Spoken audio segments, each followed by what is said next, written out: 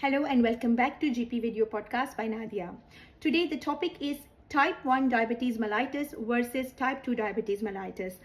I know that in few of my podcasts we have spoken about few aspects of type 2 diabetes, but this time in this video I would like to concentrate on the differences between type 1 diabetes versus type 2 diabetes. Now, what is diabetes number 1? For those of you who have missed my previous video podcasts, diabetes is one of the most chronic health conditions in the developed countries. But what is diabetes exactly? It starts with insulin, a hormone made in your pancreas that helps your body use sugar. So, KNAPS, I don't know if it's SNAPS or KNAPS, somebody, a medical expert, explains it very well, so I would like to quote his own words. Glucose is a good thing to have in your body, but it has to get into our body cells in order to give us energy.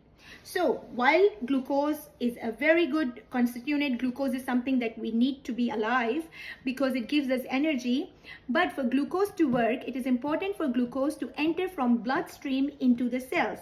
And insulin is that tool. Insulin is that hormone which is secreted by our pancreas, which helps get insulin into our body cells from the blood. So glucose starts in the bloodstream and insulin acts as a key that unlocks the doors of the cells. It allows glucose to get out of our bloodstream and into our cells.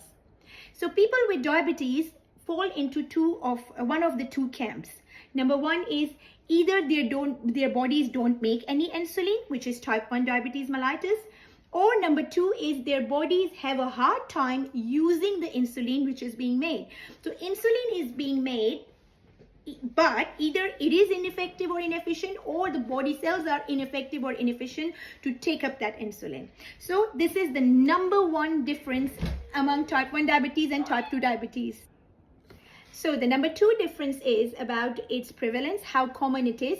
Type 1 diabetes affects about 1.3 million people in the developed countries, while type 2 diabetes affects about 37 million people in the developed countries. So type 2 diabetes is much more prevalent than type 1 diabetes. 1.3 million is the figure for type 1 diabetes and 37 million is the figure for type 2 diabetes. Why does it happen? Type 1 diabetes is an autoimmune condition, while type 2 diabetes is a hormonal condition. Does your body make insulin? That was the first difference that I said. In type 1 diabetes, no, your body does not make insulin. And in type 2 diabetes, yes, it does make insulin, especially in the first years, like say first 5 to 10 years. But then once the insulin resistance develops, and then the insulin resistance develops to such a state that, even the oral medications are not helping, then we go up to insulin. So type 2 diabetics, if they do not well control their diabetes at one stage, maybe in 5 to 10 years, do become insulin dependent as well, and that is called insulin dependent type 2 diabetes. But initially, for 5 to 10 years at least, they can go on hypoglycemic agents, which could be oral or could be injectables. Like for example, Ozempic and Mounjaro, these are injectable injectable hypoglycemic agents, which are injectables. They are not insulin. They are injectable hypoglycemic agents. So hypoglycemic agents are initially used in type 2 diabetes, including metformin and other 3 to 4 groups of hypoglycemic agents. There are, I think, 4 to 5 groups of hypoglycemic agents at this stage, which include both oral agents and injectable agents. Then risk factors. Risk factors in type 1 diabetes, we don't know yet what causes type 1 diabetes. Family history can slightly increase your risk, as there are a number of genes linked to type 1 diabetes, while type 2 diabetes is quite easily linked with family history. Type 2 diabetes has two kinds of risk factors, modifiable and non-modifiable. Non-modifiable risk factors include your age, family history, ethnicity, and sometimes gender as well. So family history is strongly linked in type 2 diabetes, but not that strongly linked in type 1 diabetes, though it is one of the risk factors in both of them. While in type 2 diabetes, the modifiable risk factors include your obesity, being overweight, having high blood pressure, having high cholesterol, being not physically active, being,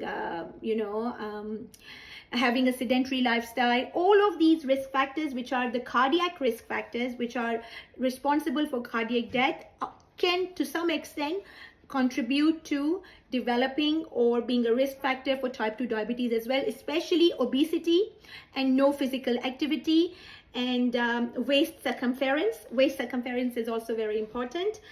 And living style, lifestyle, and all of these kind of stuff, which are related to cardiac death as well. So do you need to take insulin? Yes, in type 1 diabetes, absolutely you do need to take insulin. And as I said before, in type 2 diabetes, after 5 to 10 years, if you do not control your lifestyle factors, you do not control your diet, you do not control your physical activities and be more active and exercise and be more physically active, and do not use oral or injectable hypoglycemic agents, then at one stage you will start taking insulin as well. Can it affect kids? Yes, type 1 diabetes often as young as 4 to 6 years old. Type 2 diabetes, yes, it can also affect kids, but it is more likely in adults, but it's becoming more common in kids and teens and middle-aged adults now. So, the symptoms for type 1 appear more quickly. So the symptoms for type 1, usually how do we diagnose type 1 diabetes is, unfortunately, these people usually end up in the emergency department and with DKA, a condition called diabetic ketoacidosis, very sick. And then hence we diagnosed type 1 diabetes. There was a 52 years old lady that I dealt with in emergency department. That was her first presentation with diabetes ketoacidosis.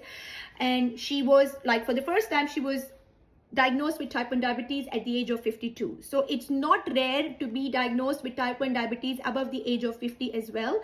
But usually they are diagnosed at a younger age and with much severe problems, especially ending up in the emergency department. While symptoms for type 2 diabetes are easier to miss because they appear more slowly. Usually they are diagnosed when we are doing a surveillance HbA1c, or we are doing a surveillance fasting glucose levels, insulin levels, and HbA1c, and that's how they are diagnosed. Or they are coming up with kidney disease or heart disease or vascular disease or nerve disease, and that's how they are diagnosed. So symptoms appear much more slowly and we may not be aware of them. We'll continue with that tomorrow.